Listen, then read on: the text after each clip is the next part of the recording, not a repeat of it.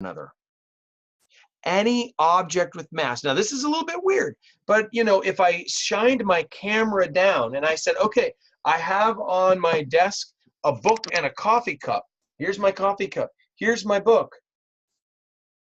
Would you believe me if I told you that they are attracted to each other? Well, you'd probably say, well, I don't know. I mean, like emotionally attracted to each other. No, we're not talking about when we talk about humans being attracted to each other, right? That's not the kind of thing we're saying. That there's actually a gravitational pull between these two objects.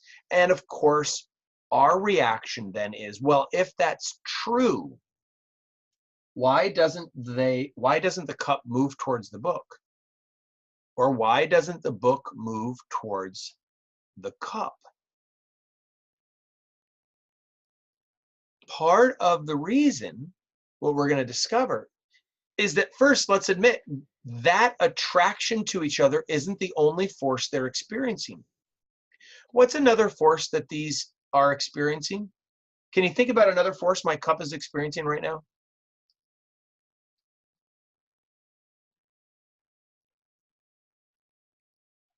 Air resistance. Now, air resistance is the result of moving through air. Is my cup moving?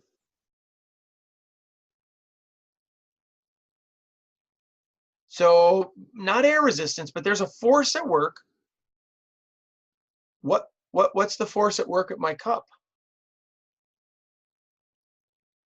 Now, it's sometimes hard for us to think about this because the cup's not moving.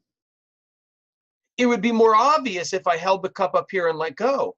If I let go, what would happen to the cup?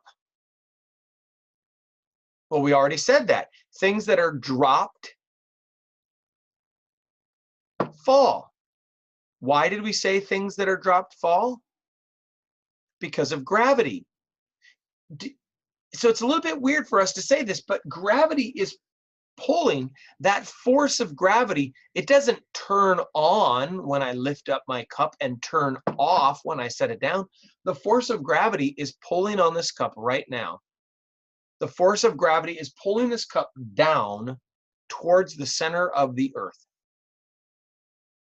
Why doesn't my cup fall down? Well, because the table applies an upward force. So gravity pulls down, the table pushes up. Therefore, the cup is not moving. The cup pushing down on the table and the table pushing up against the cup. By the way, that's Newton's third law. For every action, there's an equal and opposite reaction. The downward force of gravity on the cup and the upward force of the table cancel each other out, so this cup does not move.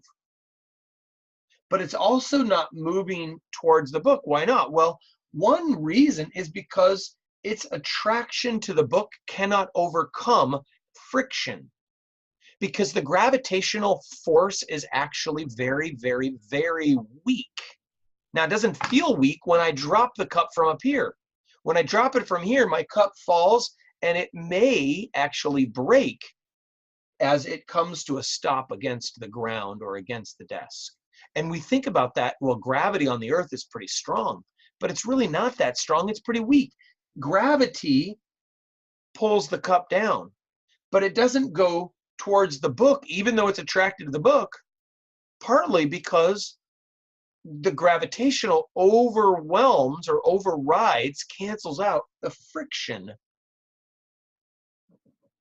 Or can't, I should say it the other way around, my apologies.